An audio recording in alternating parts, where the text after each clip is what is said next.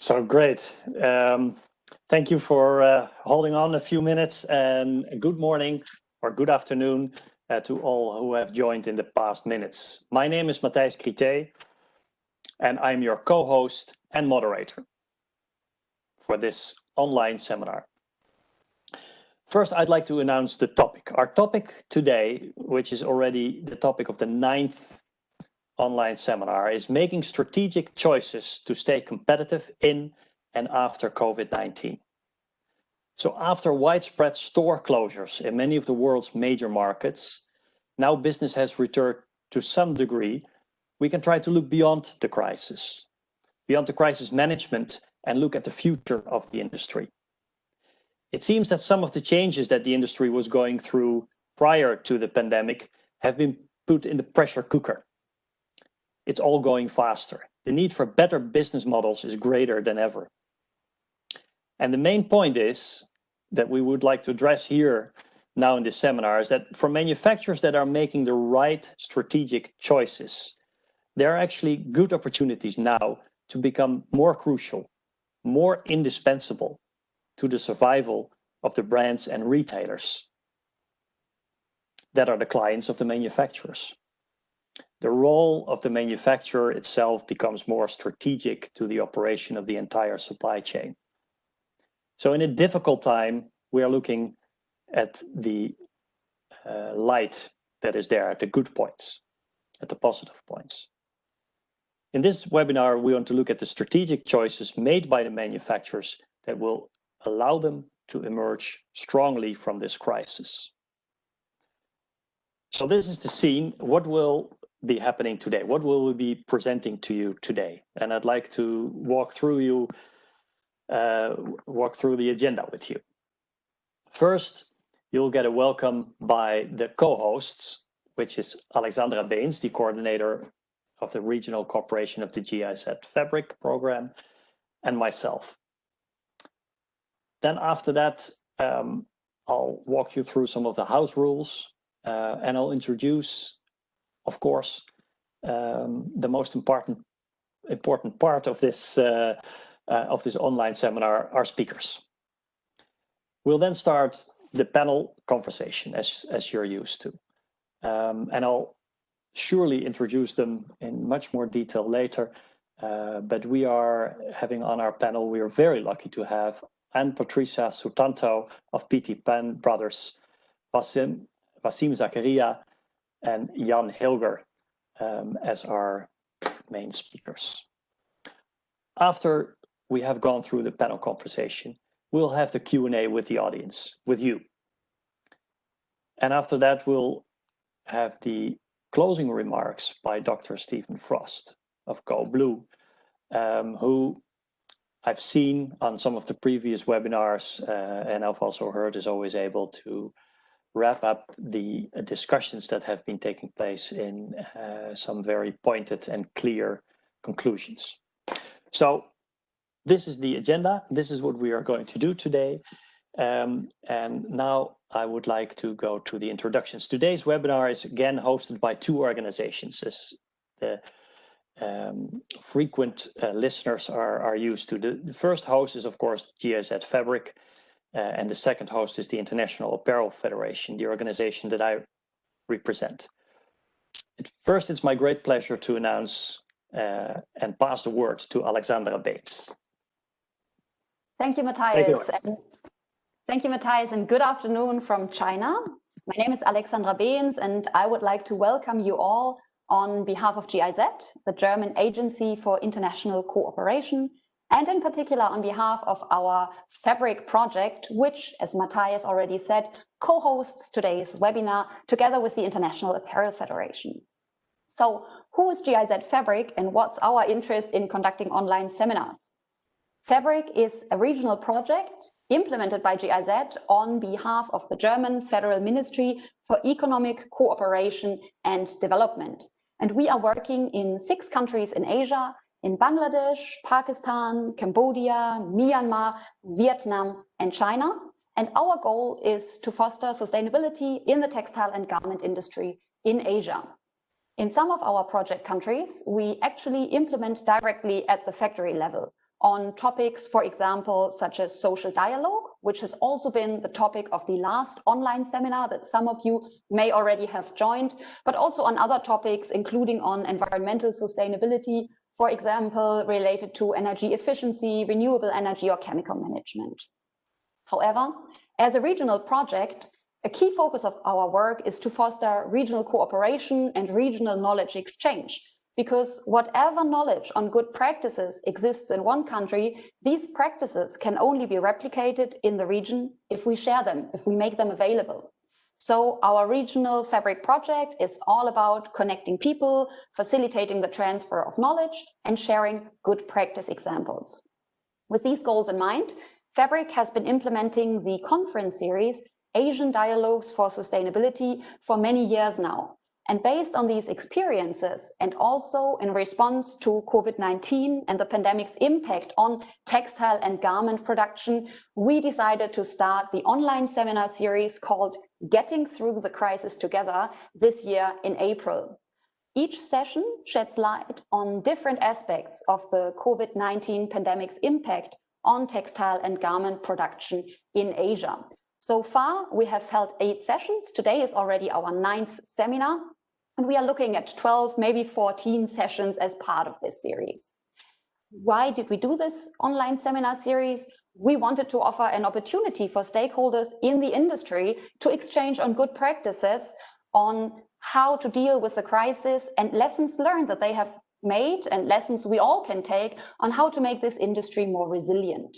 So as you can see, the topic of collaboration and also the topic of regional knowledge exchange is very much at the heart of this webinar series and also at the heart of the project work of GIZ Fabric. Now, if we want to make business practices more sustainable, it's quite clear that a key target group that we look at are the manufacturers, who are the backbone of this industry. And to be able to offer the right kind of support to the manufacturers, we need to listen to them. We need to understand their needs and concerns, and we need to facilitate dialogue, both between different manufacturers across the region, but also between the manufacturers and other stakeholders along the supply chain. And that's where the producer associations come in, because as representatives of their members, they can see trends, so they can see where structural problems emerge, and they can give manufacturers a voice and help them to look for solutions for challenges that many of them actually face. So the producer associations can play a very important role in making this industry more sustainable and more resilient, especially in times of crisis. And for that reason, our GIZ Fabric project at the regional level has a key partner in the STAR network. And the STAR network is a network of 9 regional producer associations that Fabric helped establish. And the members of the STAR network meet regularly to exchange on different topics around sustainability. And I would like to warmly welcome the members of the STAR network who are here with us today. Very glad to see you. So while the STAR network stands for Sustainable Textiles in the Asian region, and they very much represent textile and garment producers in Asia, the International Apparel Federation, of course, represents manufacturers in the apparel industry globally. And as you can tell, there are, of course, a lot of shared interests. And since our Fabric project, like I told you before, is about connecting initiatives and fostering partnerships, I'm really, really glad that for today's online seminar, we are collaborating with the IAF, with the International Apparel Federation. And in fact, when we discussed the topic for today's session, we realized that many problems that we see that manufacturers face in Asia today are the same on the global level, especially with COVID-19, which laid bare some of the asymmetries and dependencies across the supply chain. However, while there are plenty of challenges that the industry faces these days, and Matthijs already mentioned some of them, of course, there are also different options that producers can take when they look at the future, and there are always choices that you can make. And in today's seminar, we wanted to offer the opportunity to look at these choices and to look at what choices can still be taken. How have other producers made strategic choices in the past, and how has that helped them deal with COVID-19? And what are the lessons that we as an industry and you as manufacturers can take from that? So therefore, I would like to extend a big thank you to Matthijs Grité and to the International Apparel Federation. And I would also like to extend a warm thank you to our three speakers who are making time on their very busy schedules. And I very much look forward to hearing more about the strategic choices you have made in your respective enterprises. And I think we can all learn a lot from hearing more about that. Again, thank you very much to the International Apparel Federation. And I think this joint seminar is a starting point of a joint journey that unites us on a shared vision for more sustainability in the textile and garment industry. And finally, a big thank you to our audience for joining us today. And with that, over to Matthijs. Thank you very much. Thank you, Alexandra. And I totally echo all of those sentiments. The alignment in our goals is very strong, and we welcome the opportunity to work together in this webinar, and it certainly won't be the only thing that we are working together on. Now, I'm very eager to hear from our speakers. We have a few things to get through. I will very briefly introduce the IAF. We are the global apparel industry body. Our core members are apparel industry associations from all continents, uniting over 40 countries. We are based in the Netherlands, but as a global organization, we could be based anywhere.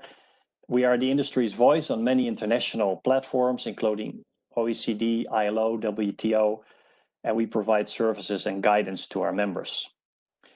Because our members represent the different links in the supply chain, including brands, retailers, and manufacturers, we are very focused on stimulating the improvement of the operation of the apparel supply chain. In the beginning of the pandemic, we have focused on our call for more supply chain solidarity. Now, we are using our position to highlight the importance of a much better collaboration in the supply chain between buyers and suppliers. And it's important to note, I think, that manufacturers can really take the initiative here more than in the past. So the last part that separates us from hearing from our speakers is to take a quick look at who registered here for this online seminar. And after that, a few housekeeping rules. I think this is always a very nice part of these online seminars, so that you can see real time who has tuned in. So we see a nice distribution over the different continents. ASEAN, East Asia, Europe, South Asia is strongly represented.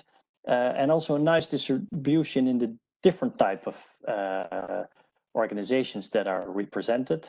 A quarter brands and retailers, 15% manufacturers, civil society, development partners, some government. So we are operating in an ecosystem where everybody plays a role to make improvements, and it's good to see that this ecosystem is well represented. Now, some housekeeping rules. First of all, today's web seminar attendees will be in listening only mode. That's clear. That doesn't mean that you can't communicate, of course. This is a very important part. You will have the chance to answer your questions in the chat, so that during the Q&A session, we can pose your questions to our speakers. It would be good if you will want to ask a question to a specific speaker to first put the name of the speaker there, or you can pose your question to all of the speakers. On the slide, you can see how this works. Important to please send the questions to everyone, that you make that selection, so that the right people can actually see that. So you don't have to wait to pose your questions. When it comes up to you, when you listen to one of the speakers, just go ahead and put it in the chat. Then finally, today's webinar is being recorded. We'll share a link of the recording. We welcome you to revisit it, to listen to those parts that you want to listen to again, to really make it hit home, or share it with your colleagues. Right. Now, the moment has come to switch to introducing our panelists.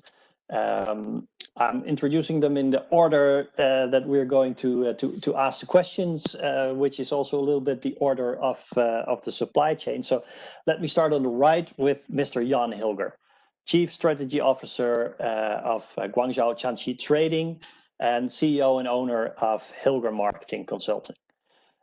Jan is a visionary fashion and luxury industry executive with experience ranging from product development, sourcing to business development, very well known for his restructuring cases and digitization and transformation challenges. He has started working in the fashion business in 1997 at Hugo Boss, very much involved with a group of people who have, I think, all emerged as leaders in the industry almost, setting up the very well-known Hugo Boss-owned factory in Izmir. And I think some of the lessons there are still with you. But after that, he's held a lot of management positions in international fashion companies such as PVH, Triumph, and on the manufacturing side, TL Apparel. And then in September 2020, he joined Guangzhou Tianqi Trading. He's a frequent speaker, also at IF conventions. We sort of lost count, but 5 or 6, and he was actually performing the role that I'm performing now at the last IF convention in Lahore. Secondly, I would like to introduce Ms. Patricia Sutanto. She is Vice President of PT Pan Brothers, and we are very lucky to have her. PT Pan Brothers, she joined 23 years ago, and she's held the position of Vice President since 2010. Pan Brothers makes apparel for internationally well-known brands, and it has about 37,000 employees with multiple factories across Indonesia. She has played a vital role in turning the company into Indonesia's largest garment manufacturer. In 2015, she has been featured as one of the most powerful women in Asia by Forbes Asia. So obviously, when we are talking about strategic choices made by apparel manufacturers, we are grateful to have her on this panel. And thirdly, it's my big pleasure to welcome Mr. Wasim Zakaria, Director of Posh Garments and Regency Travels, but also a chairman of one of the standing committees of the well-known industry association, BGMEA. Wasim is the director of Posh Garments, which is an ISO 9001 certified manufacturer of ladies' garments and uniform wear and exporter to 13 countries. Before joining Posh Garments, he was director of the garment manufacturer Dressman, and he has extensive knowledge in the garment manufacturing industry. He has also been director of Regency Travels Limited and is a member of several business chambers and associations. So we have a very strong panel, very well equipped to talk about the topic of today. And I would like to delve straight into the discussion. Starting with you, Jan.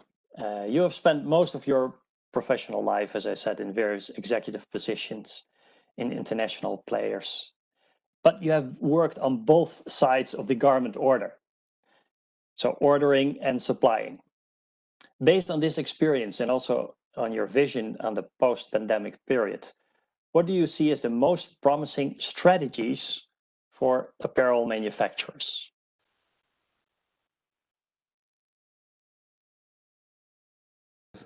I would basically say the main challenges, or let's say the strategies, have not much changed through the pandemic. They just have become more, more transparent and more urgent. So I think we've also seen in the decline of the textile and fashion industry over the last 5-6 years, where I unfortunately had the, let's say, wouldn't say pleasure, but had a certain participation in dealing with certain insolvency cases and cases of strategies of companies that maybe didn't work out. So I think these challenges have lost nothing in their importance. It's just that the whole situation now is getting it way more urgent and way more transparent, that things need to be done in the way they should have been done also without the pandemic. So first of all, I mean, already in the 90s, we followed, let's say when I was still at Hugo Boss, we followed a certain guideline from the Stanford professor Dr. Hao Li, that was basically saying, he was proclaiming his AAA supply chain, which was all about agility, adaptability, and alignment. And let's say, I think the article in the Harvard Business Review is from 1995. But I'm still smiling because now these words are coming up over again, especially agility. And I think this is also one of the #1 recipes now. Unfortunately, the pandemic has shown all of us that the things, let's say there's this famous saying, what brought you here doesn't get you there. And it's basically in a way stating that we are all carrying this paradigm of the industry with us. And not only the pandemic, but also the years before. I think the era of the digital age has already separated basically many companies from being on the winning or losing side. And the pandemic has just made it more transparent and more, let's say, I would say it's like a catalyzer. It has speeded up the cleaning process. And so hard to say, but many of the companies that go for Chapter 11 now have already been in trouble before the pandemic. So it's just that the pandemic itself has increased the speed. What I think is necessary from both sides and is to basically completely, and that's, I think, the very difficult thing, to completely disconnect from the seasonal model, from the traditional way of how we have worked. Many things are different now. I mean, we all basically have to agree to the fact that our shop window has this size nowadays. So we all have to be, let's say, asking ourselves, do we really need full collections with all complexity and whatever? I think the complexity discussion, at least as I can remember, the complexity discussion was already going on for years before COVID. But I think now where everybody has to be very careful what to spend the money on, the complexity and the efficiency of complexity is one of the main topics. But I think all the keywords and the buzzwords that we also heard last year already, agility, transparency, let's say focusing on the USPs, basically what makes your brand and what makes you stick out from the crowd, focusing rather than diluting.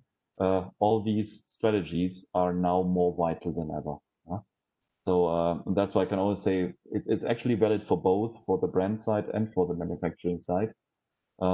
Maybe on the manufacturing side, unfortunately, the pandemic has shown, as you said it in your introduction, Matthijs, we have seen unethical behavior. We have seen many things, many unkept promises. So unfortunately, there has been a certain, or there will be a certain consolidation of the sourcing environment.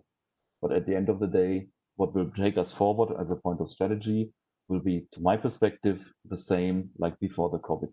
It's all about agility, speed, flexibility, focusing on core competences, service, let's say, offering value-added service, and at the end of the day, the right value for money construction. Okay, thank you, Jan.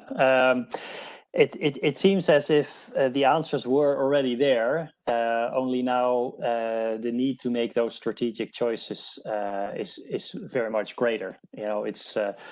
It's not a luxury; it's a necessity to do that. And I think what you also said a little bit is that it concerns very much mindset as well, which needs an accelerated change, I guess, because of what is happening. Thanks. We'll get back to that topic, but I would like to go to Anne now. As I said in my introduction, you are one of the most successful businesswomen in Indonesia, largely responsible for the growth and expansion of a company that is now producing a staggering amount of 69 million pieces of clothing, if I've heard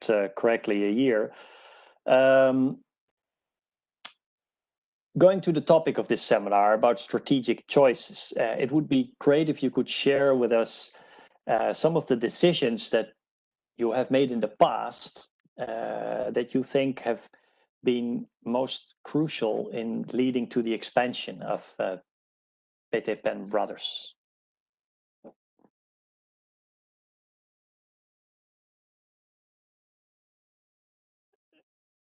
Yes, and we cannot hear you at this moment.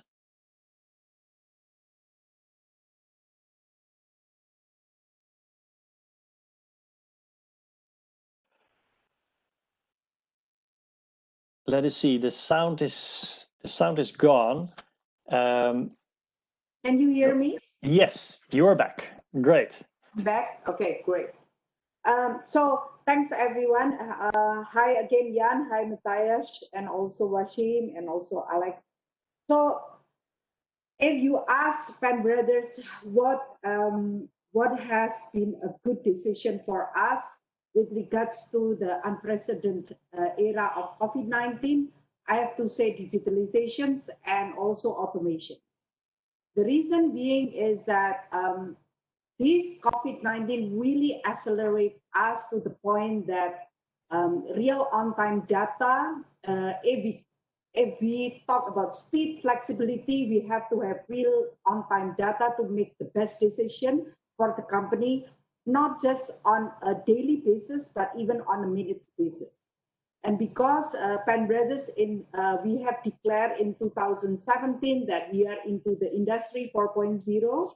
And in fact, with our vendor, Adidas, we are also industry 4.0 champion for the outerwear in 2019. And with the government of Indonesia, we are actually industry 4.0 lighthouse for the government of Indonesia on the garment side. So we actually, that's the decision that we right now not just encourage but accelerate, and we actually have concluded that by end of 2021 we have to have all the whole Pen Brothers to digitalize. So digitalization is what makes us possible to really make on-time decisions, and it's not always the easy decisions here, but at least we have the data. It's data driven, and even though it's very, very crucial, but we have to actually make the right decisions on spot, on time, more during COVID-19 than before. And because we have all that, we actually can make that timely decisions. Because previously, Jan also mentioned about speed, agility, flexibility, dynamic. Actually, it's given. COVID, no COVID, we have to push ourselves in the whole supply chain like that. But how we can do that? We are still human, right? With all the laziness, with all the sometimes a turtle mindset. But you know, what push us is actually the data. It's obvious. And to do that, we do need digitalization really on the floor, on the sewing line, not just on the sewing line, also the cutting and so on. So everything is all about data, right? Okay, and just a clarifying question, because I understand what you're saying, that the data is crucial. It allows you to make decisions. If you don't have the data, you're guessing, right? And it could be very much the wrong guess. But can you outline a little bit for us what specific data you are talking about? Because you can have data in the production line about the sewing operation efficiency, but you can also have data about the demand side. Are you talking about all of it, specific parts? The whole supply chain. So when I mention about data, is actually in the past we are always driven by our productivity and efficiency. But what make our productivity, efficiency are there is actually also a transparency with our supply chain, with the buyers, with the brands, and also with our suppliers.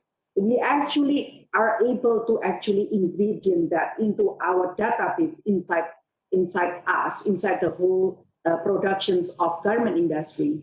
We know exactly when actually our operations have to be there, and then every time the operations is building up, and then we can learn from our mistakes easily, and then we are actually can capture that mistakes and discuss back to our suppliers or discuss back to our brands. So the transparency from the brands, of course, up to us on the marketing side, up to the production procurement side, also to the supply chain, we actually can make a timely progress, and we actually can learn from all that data and then give back to the suppliers to make do or to revise even the schedule and so on. Because the world is changing, right? Very dynamic, very fluid. But then without, and you know, government, right? All is nitty-gritty. It's from the button, everything is there. The most difficult things are there. So if we don't use digitalization, if we do not use the right software, if we do not use even the right database, basically our brain are overloaded. And COVID-19 is actually accelerating all of this, right? The brands need to have openness, transparency, like what Jan mentioned, but so does also us towards our supply chain as well, to the suppliers, so that they actually can have the right fabrics or the right materials, the right grade, for example, for us to proceed with the dyeing and finishing and painting even to that matters. Yeah. So very much is about the planning. And if you're talking about mistakes, it's mostly the time lost is mostly in the planning, having to wait for certain supplies to come in, trying to take out of the process by learning and making the planning more efficient. That's really good. Okay. Thank you very much for that. I would like to go to our third speaker, Wasim. Industry for more than 20 years in management roles, and right now you're playing a strong role for the apex body of the industry in Bangladesh, BGMEA, director for Posh Garments. Posh Garments has been producing ladies' wear and uniforms for around 4 decades. Over this time, you've had to adapt to changing market requirements. And COVID-19 was the ultimate challenge, I think, in adaptation. And I think you've instituted a very methodical approach to dealing with that. So let's start with that. What happened to Posh Garments after COVID-19 hit? Would you please give us a quick overview of the actions that you have taken? The strategic decision we have taken for Posh Garments after the COVID-19 is we need to diversify the product market, our export market, because we are primarily focused on Europe. But we do export to Mexico and Singapore and Turkey. But we need to reach out to in North American countries like USA and Canada, and perhaps Australia and South Africa as well. So we need to diversify our export market. And second one is that to digitalize what we were discussing with the two panelists as well, that digitization needs to happen. And we also need to digitize our product collection as a manufacturer. We need to do that.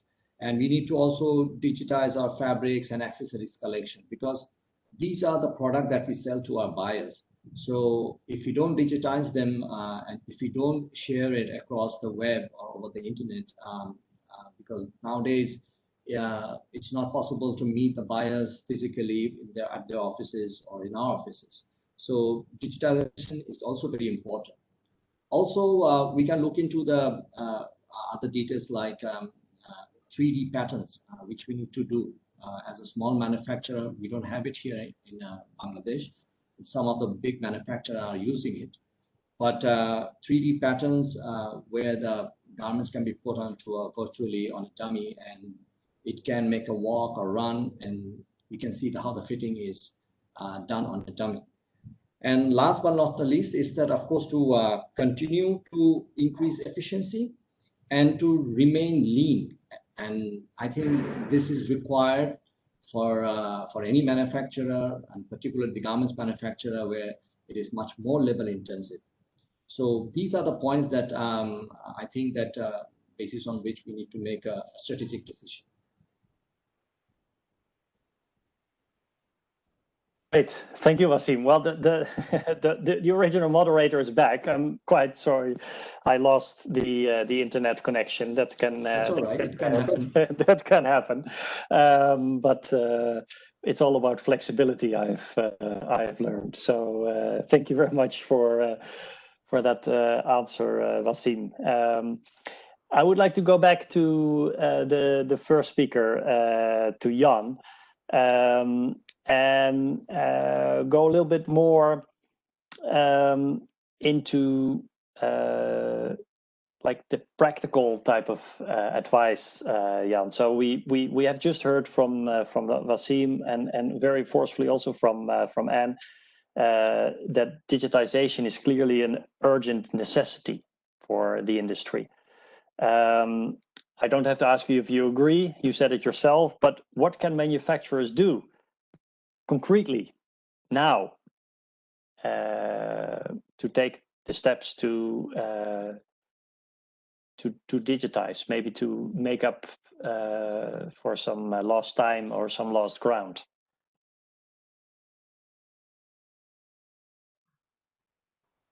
So I think it's I mean, Anne has already said a lot about it.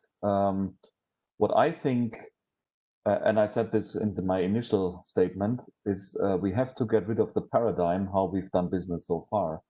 And we all know that everybody needs for speed. And, you know, when I look at Première Vision, Fabric Start, or Milano Unica Fair, you still see this traditional way of people looking at swatches and selecting textiles and things like that. And we see, you know, I've used digital technologies already at Hugo Boss in 2005. When for many companies, digital fabric development was still a total paradox or something completely unknown.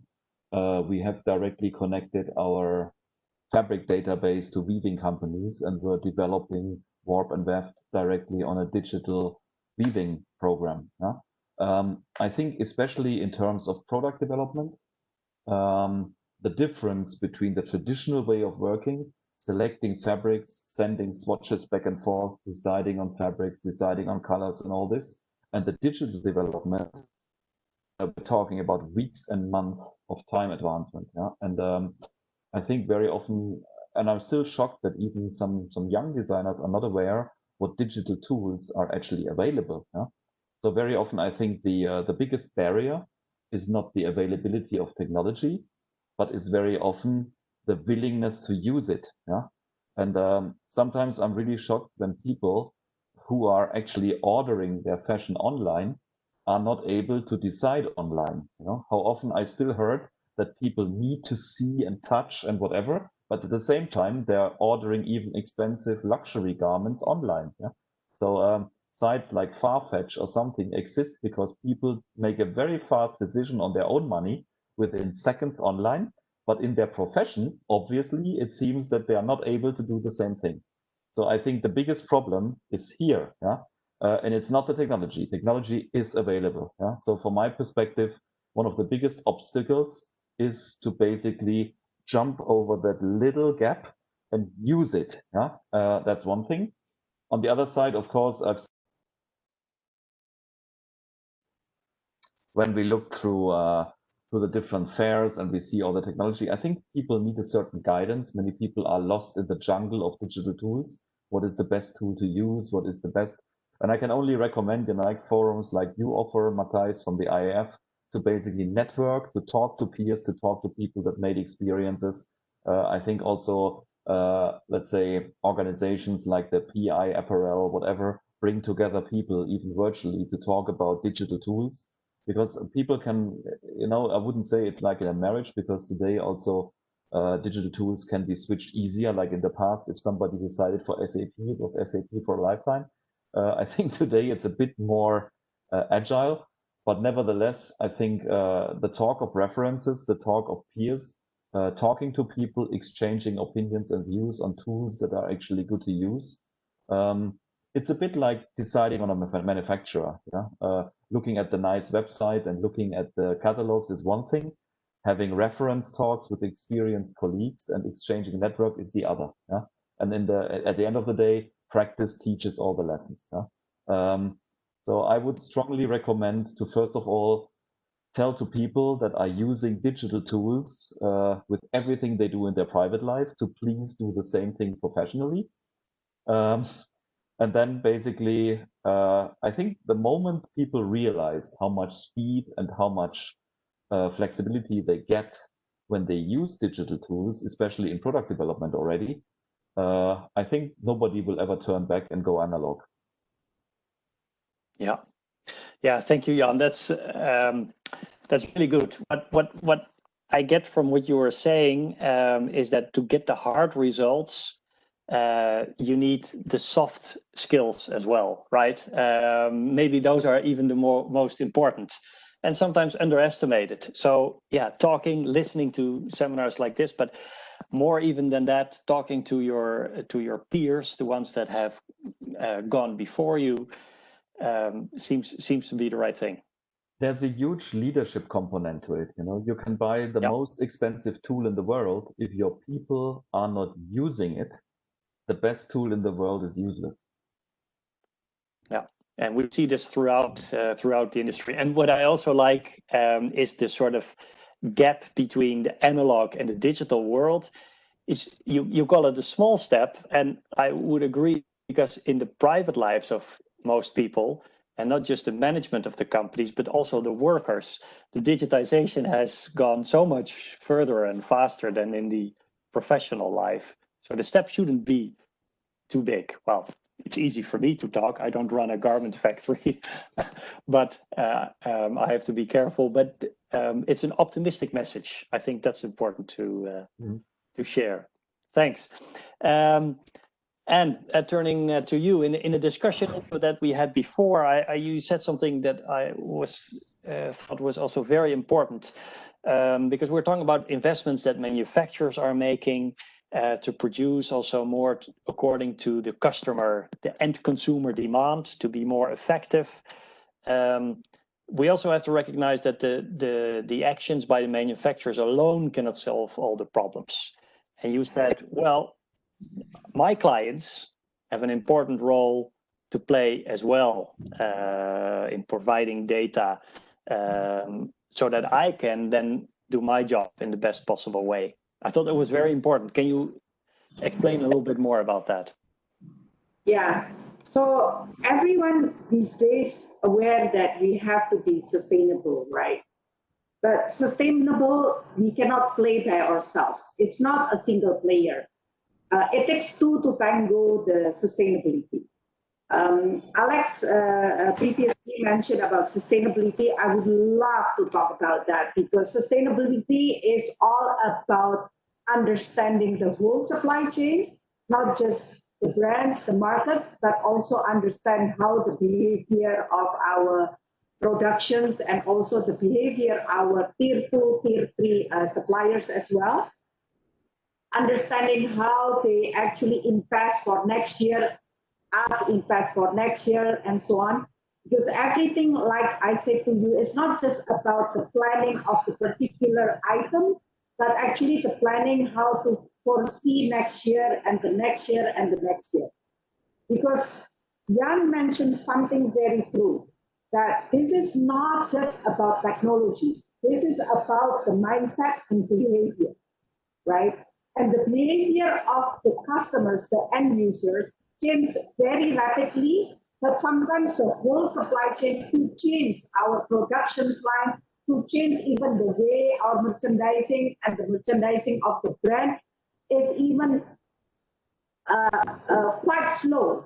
So to actually change the whole mindset of the whole supply chain, we really need to make sure that everyone really align and focus on what we need to supply to, right? Everything is not only about speed, quality, and also sustainability, but also who we supply to, right? We supply to online, offline market these days, and how to actually capture all the markets, this is a really, really good brand who had visibility, who had sustainability, who actually transparent with us. We really can relate and we can thrive together even with a very competitive world these days. This is COVID, no COVID. Yeah, we are not just talking during COVID era. COVID is just 1 year, 2 years. I know this is very important moment, but like what Jan has mentioned and also everyone else mentioned here, it's just about the behavior of the whole paradigm that we need to change. But the change is not as easy as this. Like, even when I mentioned again digitalization, it's not as if we invest tomorrow, we become digitalized. It takes even up to 5 years for us to have 80%, 90% digitalization, and we are already said, wow, that's good. Because even the mindset of each one of our people in the floor is the one that determines our success. So change the behavior. It's really we need to have a pushy heart, yeah, and we really need to have a passion on this very competitive industry. I have to say. Yeah, that's good.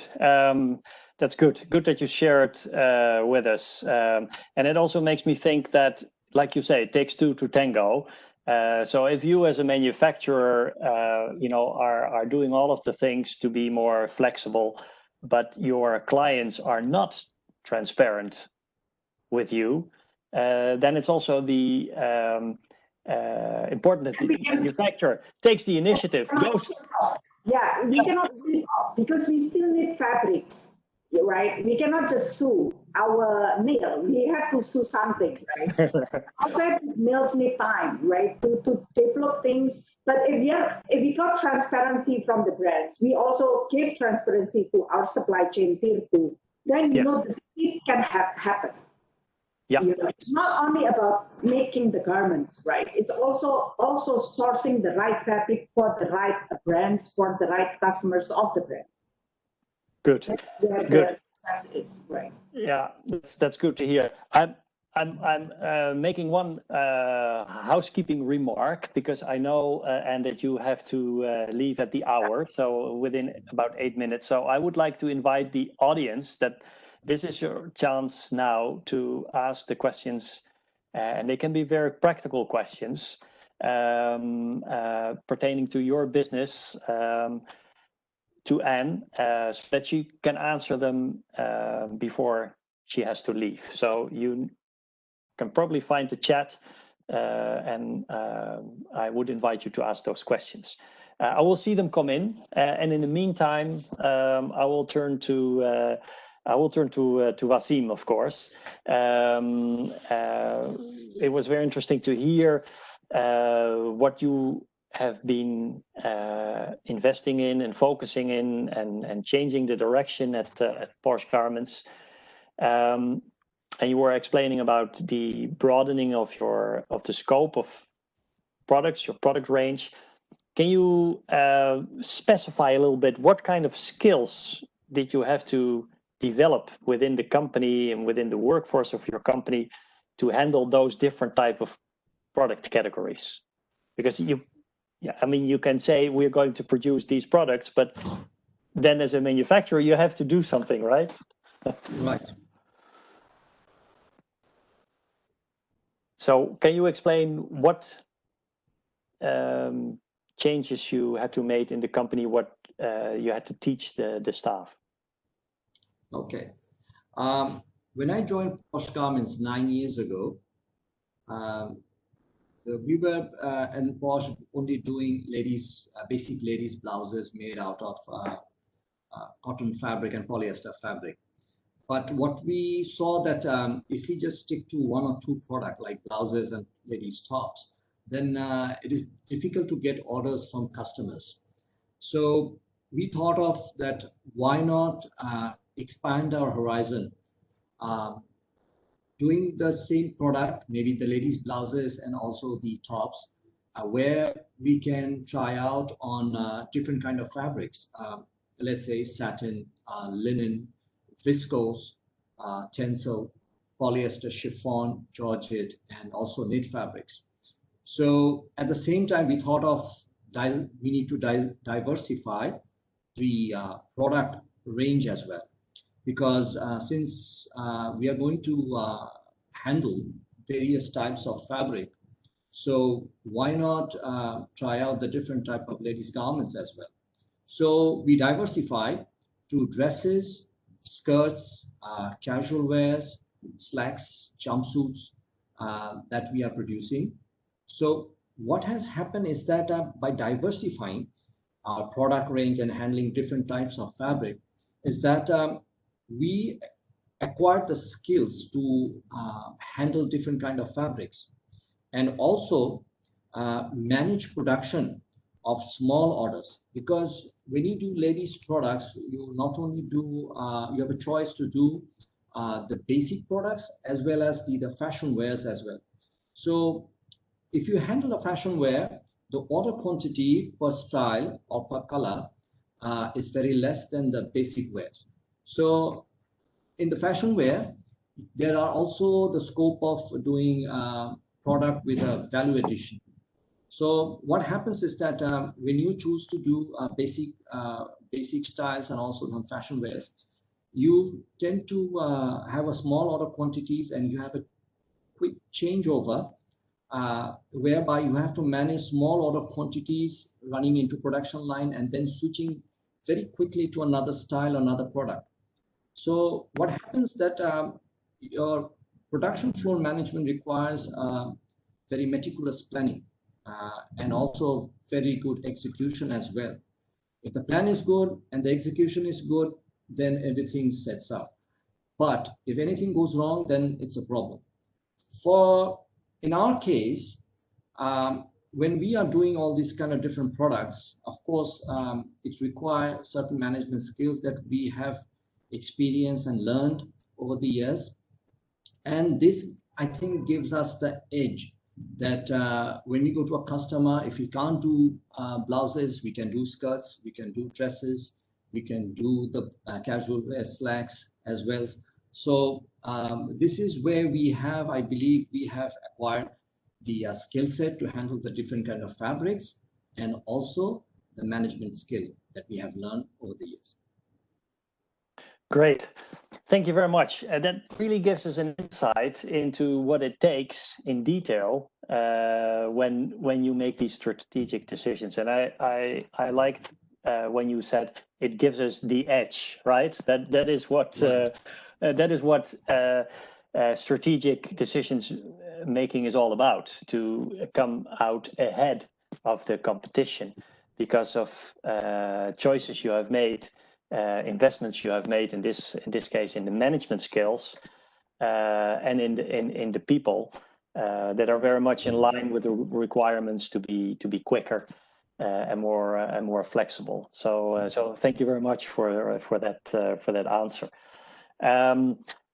I promised before Anne you would have to leave. I would like to ask you a question coming from the audience. Can you say a little bit about the kind of support given to workers during the COVID-19? Sometimes when they lost their job, or when they still had their job working on the factory. I know with 40,000 employees, you have done a lot of that also in the industry association. What is your view on that? Okay, so fortunately for Pan Brothers, up to August, we have not laid off or even asked the workers to be at home, because we are fortunate enough that we can add divisions of PPE and masks. So therefore, our January to June 2020 sales even higher than last year, 15% higher on sales. However, I'm talking in general because I'm also the vice chairman of Association Textile and Garment. Actually, we did discuss with the government, and the government do a lot of things for the workers. Yeah, one of it is actually for those who lost the work. the government actually gave a social security platform that the workers can actually take during this outbreak. And second, for the workers who doesn't get a full package from the employees, from the employers, actually the government of Indonesia this time around gave, I know it's not much, but it's there. It's about close to $180 in the next 4 months. It's been given 2 times directly to the workers' payroll. Yeah, so it's not via us; it's directly to them. So the first round of the Social Security has been given. The second round would be somehow in November. I think the only one that can actually help all of the industry, textile and garment per se, so actually this time is the government of Indonesia, in Indonesia. And I hope for those of you who are in other region, you should reach out to your government. I think without the government help, we cannot really push this out well. Even we ask our brands also to reach out to their government on liquidity, to pay the vendor on time, to pay also, not to cancel orders and so on. So we actually sign a commitment among the workers, the employers, and also ILO parts to really plead to the brands, sustainable brands, to be there during this difficult moment. We do understand the brands also have difficulties, but so do the whole supply chain, the textile, the garment, as well as the upstream. So this is the only moment that we really need our government help, and especially including the banks and so on. The government in Indonesia also provide labor-intensive and also export-oriented producers to actually have a guaranteed scheme. So maybe for those of you who are in other regions, you can also reach out to your government. So a lot of things is based on our input, the industry inputs, to ease and to make sure that we can sustain during this difficult time. Because not just you and I that are difficult, right? But the whole industry, I mean the whole country, the whole economy actually got hit. This is basically a global pandemic, right? And we do have to realize also the brands, even the really, really big brands also get hit. So the smaller brands should also reach out to the country where they actually pay tax. This is the reason why we need to pay tax, gentlemen and ladies, because then the government really can help. I mean, that's the only thing that I can think of. In Bangladesh itself, we actually plead to the government not to close down, not to lock down the factories, because in March, where the infections happened the first time, in March for the whole Indonesia, we told the government, look, we have contract, we have things that cannot be canceled. This is the moment where we actually should stand out and say no to COVID-19 by really having a strict protocol in our organizations, in our factories. It's not easy. The behavior change of our people and the family is not easy, but things need to be done, and we have done it, and we are doing it still. So I urge all of you to really look to your own organizations, to reach out to your closer associations, and also to reach to the government based on the association, because together we can. You know, one person or one company is really too small to reach out. This is what I can share from Indonesia part. Thank you, Anne. And that kind of assertiveness, I think, is what we are also now talking about. Not just the assertiveness of individual companies, but also companies joining together in associations, involving the government and saying, look, we're all in this together, especially now in this situation. And sometimes there are even, you're talking about liquidity, there are even more creative solutions that don't necessarily cost a huge amount of money, but that help to get the business cross this divide. But it requires also a certain mindset of saying, here we are important, and we are united, and don't close us down. So yeah, thank you very much. I would like to thank you very much for your support in this. Please feel free to attend the other meeting. Also feel free to remain online, whatever you want, but thank you very much for sharing your wisdom. Yeah, thank you very much for everyone, for Jan, Washim, right. Matthias, thank Alex, you. and all the participants. I do apologize because I have another webinar where I'm the speaker for small medium businesses in Indonesia, because as a big business, we have to also help them. Thank you. Thank you. Thank you.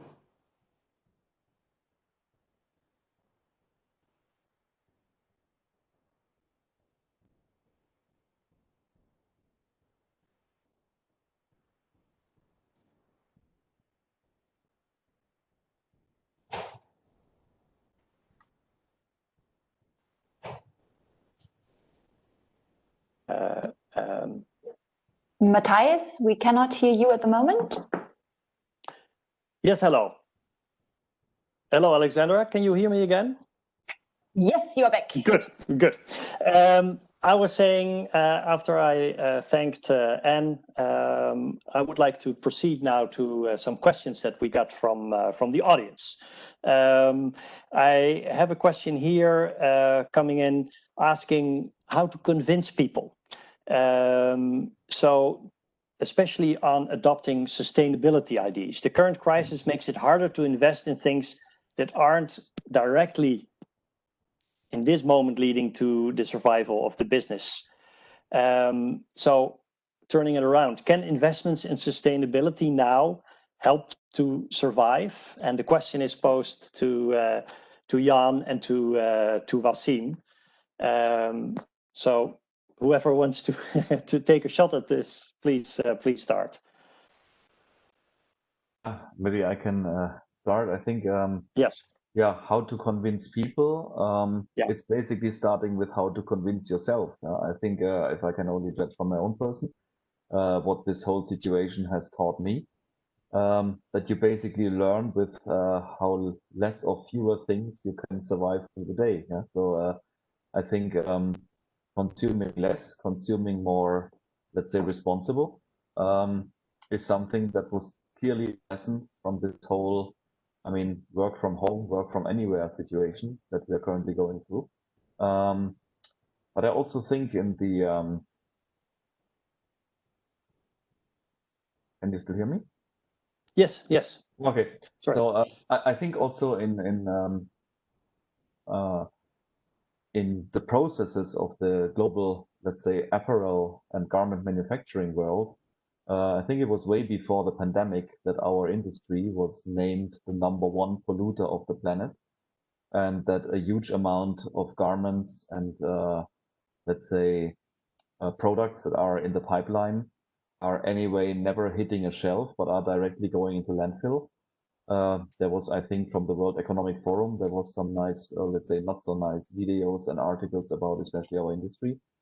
So the hard way, this pandemic has taught us that less can be more, even if that means, let's say, loss for many. But I think the way how we worked before that was definitely not the way how we can continue afterwards. Yeah?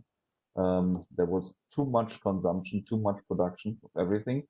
So how can people be convinced? I mean, honestly, just look around, look in your own environment, look in all the, let's say, just watch the news, watch what's happening on the globe. And if this is not convincing enough, I think it's up to every, let's say, company owner, up to every supply chain manager or everything to handle resources more carefully. So I think there's enough live examples that happened also during the pandemic, in global ecological disasters and something. I mean, there were these little examples that people were saying in the beginning of the lockdown, even in some cities in China, or that people suddenly could see the stars and the sky again. Yeah? So I think there's many examples that will convince people that maybe to work in a more sustainable way is the better way to go. Yeah? So I hope we don't need a crisis like this to get the transparency, to get people aware of this. But unfortunately, the good news and the bad news is that many people suddenly got aware of these issues in the pandemic. Okay, thank you very much, Jan. That's very clear, and I think what you are saying, people only have to look around themselves and answer the question for themselves first before they start convincing other people. That's a very convincing argument, actually. Wasim, maybe from your own personal experience, and maybe we can even broaden the scope of convincing beyond sustainability to changes made in your company, because changes are always hard, and you seem to have made quite a lot of them. How does that work in a company when you have to convince your management and your workers? I didn't understand the question. Can you rephrase the question again? Yes, sorry. What I was saying is making changes in a company, if it's for more sustainability or any kind of changes, is always hard work. And you have to convince your management and your workers to make those changes, to change the way they're working, they're thinking. What is your personal experience in your company, how to convince the people to make those changes, those necessary changes?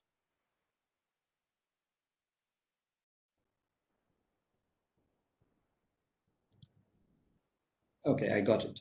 The first and foremost important is that communication. That's, we need to communicate. As an owner, I need to communicate to my management staff.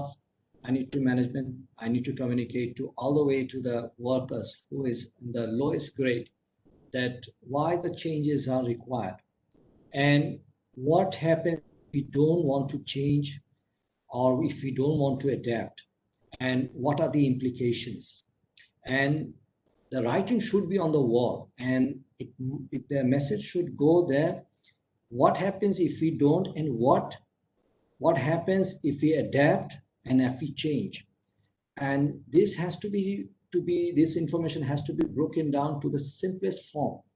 And we need to keep on communicating with all my employees, the workers and the staff, and as many times is required. Because unless and until this is being communicated over and over and you make them understand, there is no way that the employee is going to understand. That's number one. Number two is that we are so much dependent on this garments trade, especially in Bangladesh, because when you send, after they hear it, and they can always check back with their roommates or colleagues, whoever is there in the industry as well. So that information is there, because whatever changes that we need to make after COVID-19 and whatever we are telling them to change or to adapt, they can always find out by themselves and verify that information, whether it is really happening or not in the RMG sector in Bangladesh.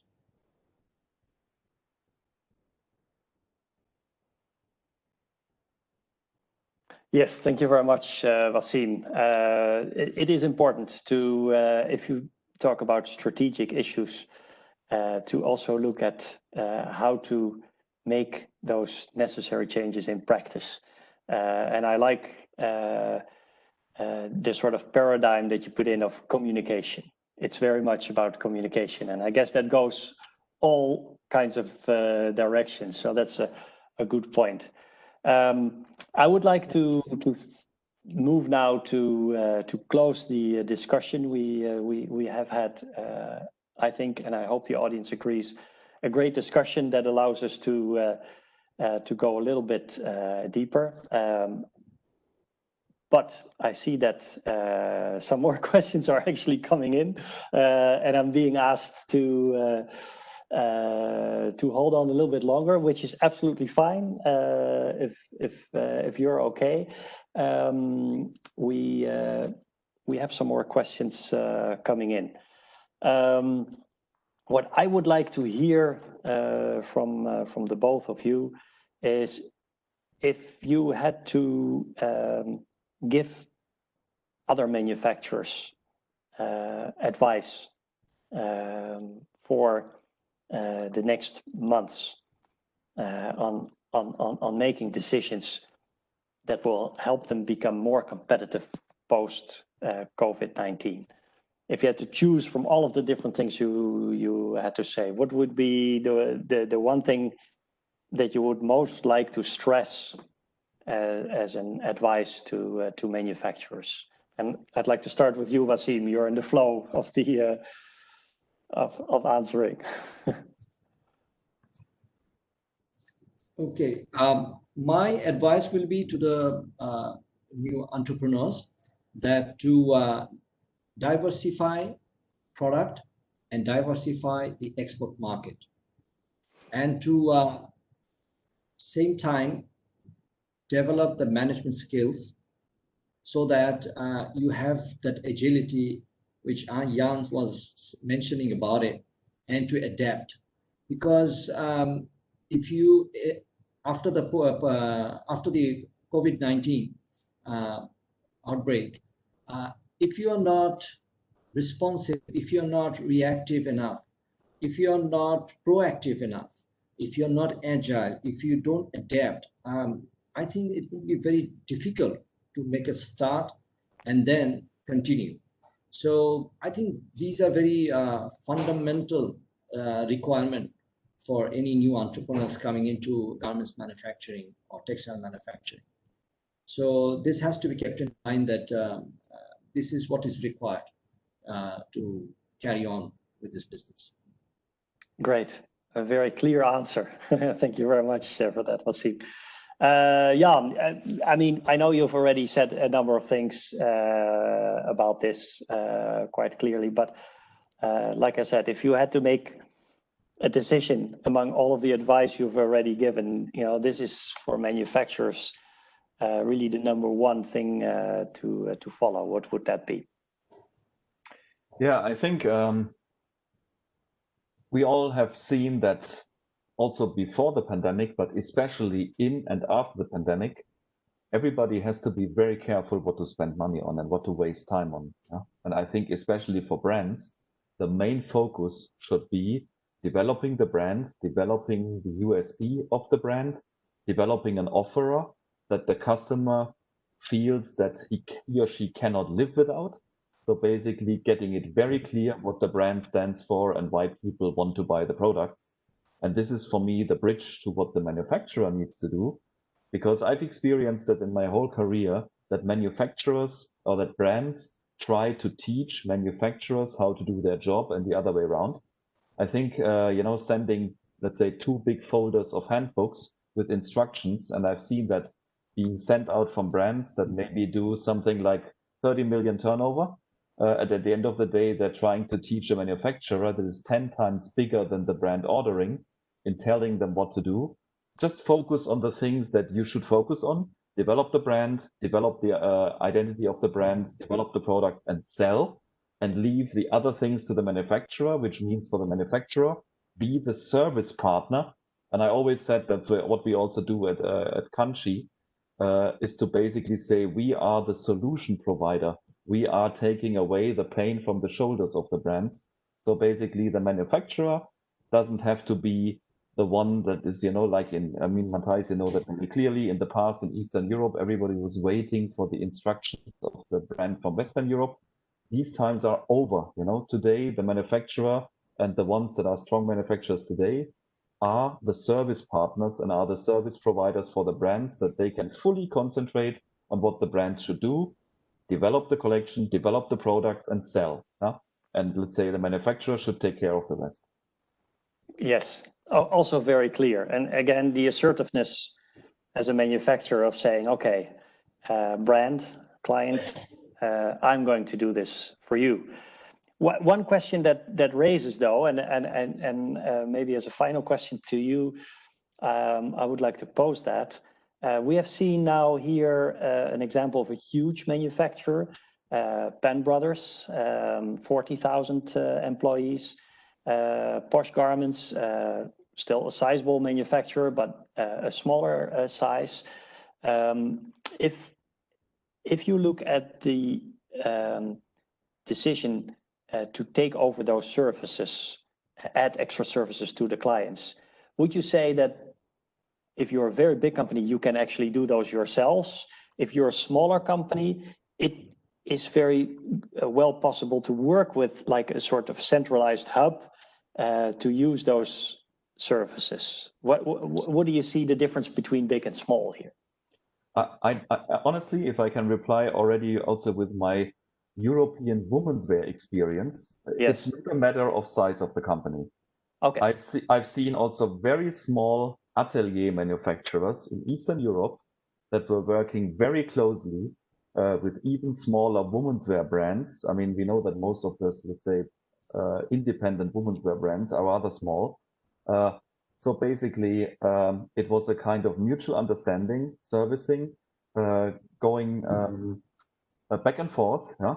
And let's say, very often it's even the other way around, that a very large manufacturer sometimes might even have forgotten who the customer is. So I would not say that big doesn't mean better service or small not. I think it's a matter of the mindset and of the philosophy of the company, and not a matter of the size and the financial power. Yeah? So we've seen that even very large enterprises, let's say, might have lost the connection to the customer.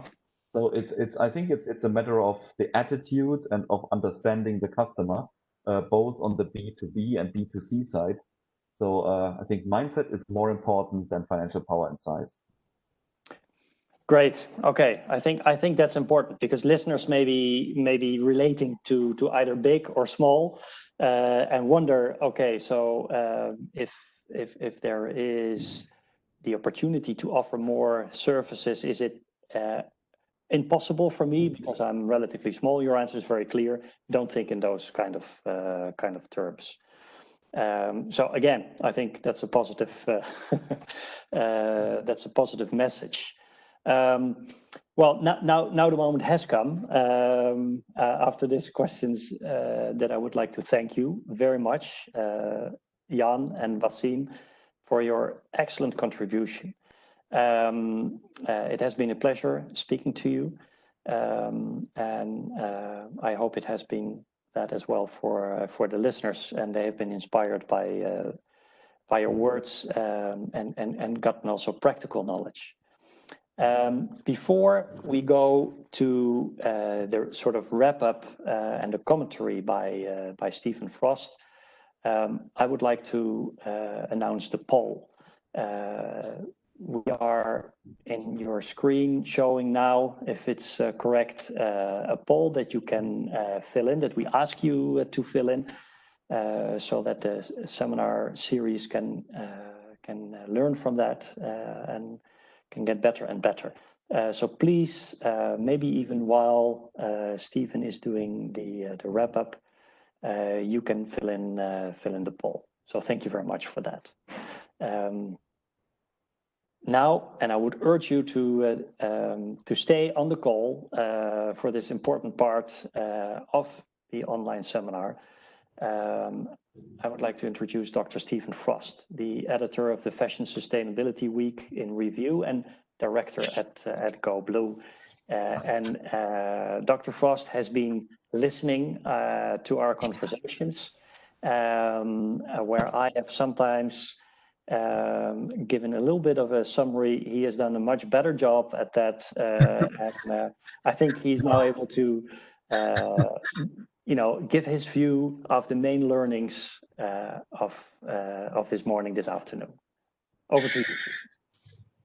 Thank you, sir. I don't know whether I can summarize any better, but I'll do my best to at least summarize something. I heard a lot of interesting things that really resonated with me today as well. And one of the things that came up today is something that's come up before in several of these online seminars, which is about the acceleration that we are experiencing. That things that have already been underway, that people have been thinking about, implementing a little bit, et cetera, have all of a sudden become very urgent in a compressed period of time. And I think Jan really captured this with the concept of, you know, we're in a period of paradigm change, where the changes that perhaps should have been made are now all of a sudden very urgent to be made. And, you know, one of the examples there would be a focus on people and product. You know, the brand focusing on its unique selling point and creating something that people need or want to buy, and let the manufacturer focus on what they are expert at. There's a lot more about what he said there, but I think that kind of captures that point. And I think the second thing is that, and it's a paradox and a dilemma for us, that things have sped up and things are now more urgent, but we are humans and it takes time to change. And I think that's a very important point. And I really was very compelled by what Wasim was talking about with this, you know, in his experiences with deciding quite a few years ago, way before coronavirus hit, was change to taking smaller orders that require production line changes, but require a lot of efficiency to get that right. But making those changes in a time of perhaps not as much urgency as there is now allowed the company to learn, and most importantly, required really good and deep communication from management down to you know, all levels within the factory, with constant communication that this is why we're doing it, this is what we have to do, and these are the consequences if we don't adapt and change and do things this way. And I think all speakers then spoke to this point that's related to that, which is this requires leadership and may require the development of new skills within the leadership to be able to make this adaptive process. But I think it's often misjudged. I think in business, it always takes longer to get where you hope to go. It always takes longer to get there. You know, you start a business and you think you'll be making a lot of money, and then 10 years later, you finally start seeing some, you know, finally I get to where I wanted to be, you know, 6 years ago. But I think everything always takes longer, and change is all about organizational behavior and leadership. And then I think the last thing was something that Anne said that really struck home to me, talking particularly around the sustainability topic, was it takes two to tango. It takes two to tango. And I think in many cases, maybe it's a wrong analogy here, but it takes more than two to tango in many cases. You know, there's a lot of players in the supply chain that need to be all tangoing at least to the same music, if not necessarily with each other directly. And I think sometimes we forget that, but that it fits in a bit with Jan's point about focusing on what you do and how to convince people. But I think this, you know, the brands need to understand the manufacturers need to understand the brands, and they're in a dance together. This is not something that can be done separately, and it requires many players within this very complicated supply chain if we're ever going to attain anything that approaches sustainability. So thank you to all the speakers for really making me think, and great contributions. So back to our moderator. Thank you very much, Stephen, for providing your highlights, your key findings from listening, and I enjoyed that. I think when you talk about a subject that is so profound as strategic changes, you get a lot of ideas, you get a lot of good ideas, and it's good to have sort of a summary, because in the end, people in the audience want to have a clear view of, okay, so now what should we do? What are we going to do next? For us, what we are going to do next is to close the webinar. Thank you very much for your attendance. Thank GIZ very much for the organization of already the 9th webinar. Above all, thank again our speakers, and who has already left, Jan and Wasim, for your excellent contribution. We all wish you the best of luck in your business ventures. And next, all of you, the audience, will receive obviously some of the slides, the recordings, the link to the recordings, and through the channels that we are communicating with you, you will receive the invitation for the 10th online seminar that will be organized. So my last thanks goes out to the audience, to all of you for listening in for the past 1.5 hours, and wish you a great day and a successful business. Thank you very much.